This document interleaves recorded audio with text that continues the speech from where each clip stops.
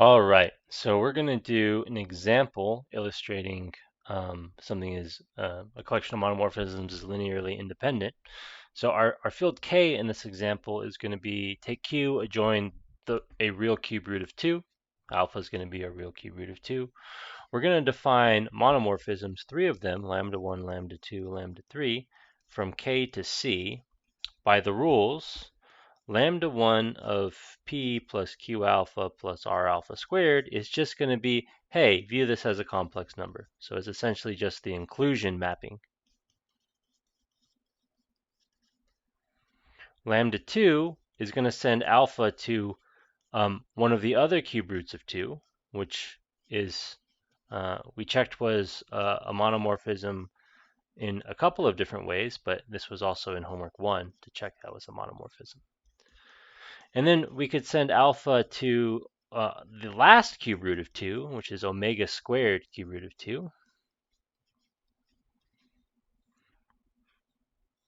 And that is also a monomorphism, right? Because algebraically, all cube roots of 2 are the same. We have monomorphisms that relate them. Okay, so we've seen these functions before. We're going to show without any of the tools that we have that these are linearly independent. So notice they're all distinct. They all do different things. So we could apply the Dedekind lemma and see by the Dedekind lemma that they're linearly independent. We're going to do it with our hands though. So suppose that we have a combination of them.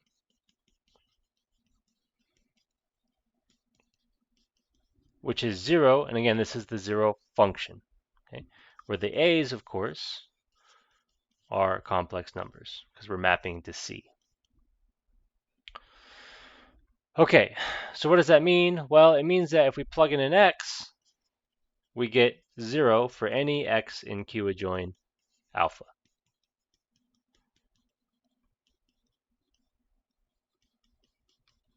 And this is, again, on the right, this is the 0 function applied to x. The 0 function only ever outputs 0. So for all x in Q adjoin alpha, we have this. Great. So let's use x is 3 special guys, 1, alpha, and alpha squared. Why these ones? Well, this is a basis. We're going to evaluate it on a basis. And a basis for Q adjoin alpha as a cube vector space is 1, cube root of 2, cube root of 4. All right, when we plug in x equals 1 in, we're going to get a1, lambda 1 of 1 is 1, lambda 2 of 1 is 1, lambda 3 of 1 is 1. How do I know that? Well, all homomorphisms have to send 1 to 1. So we have that when we plug in x equals 1. When we plug in x equals 2, let's see, lambda 1 sends alpha to alpha, lambda 2 sends alpha to omega alpha, lambda 3 sends alpha to omega squared alpha. So we're going to get a1 alpha plus a2 omega alpha plus a3 omega squared alpha. Great. Now what? Well, when we plug in, this looks like a 2, sorry. When we plug in alpha squared, what happens? Well, lambda 1 is going to send alpha squared to alpha squared. This one's just going to square whatever it did to alpha. So we get omega squared alpha squared. And then we're going to get omega alpha squared. Now what we can do is we can divide this one by 1 over alpha, and we can divide this one by 1 over alpha squared. When we do that, we get this system. a1 plus a2 plus a3 is 0. a1 plus a2 omega plus a3 omega squared is 0. a1 plus a2 omega squared plus a3 omega is 0.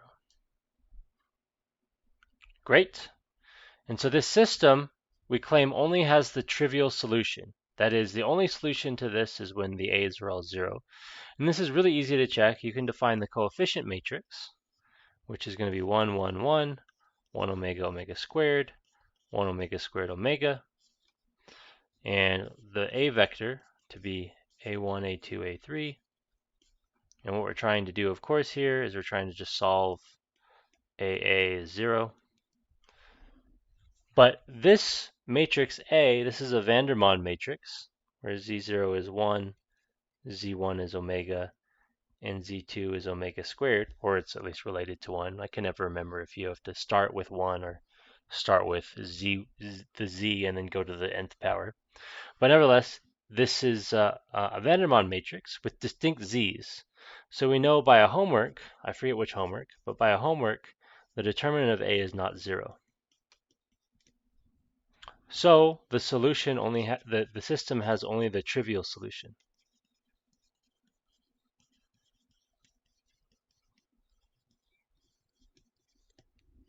That is, an A inverse exists. You can multiply on the left by A inverse to get that A has to be 0. So the only way that we have a linear combination of these being 0 is if all of the A's are 0.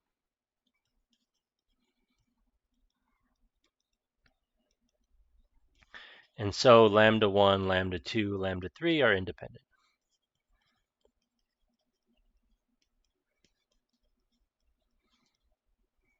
So that was a by hands approach to what we're getting at in this chapter.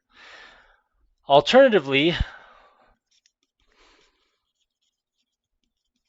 to the by hands approach, lambda 1, lambda 2, lambda 3 are distinct. So by Dedekind's lemma,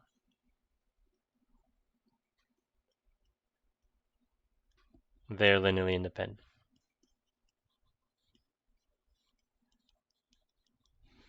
That's, of course, much faster.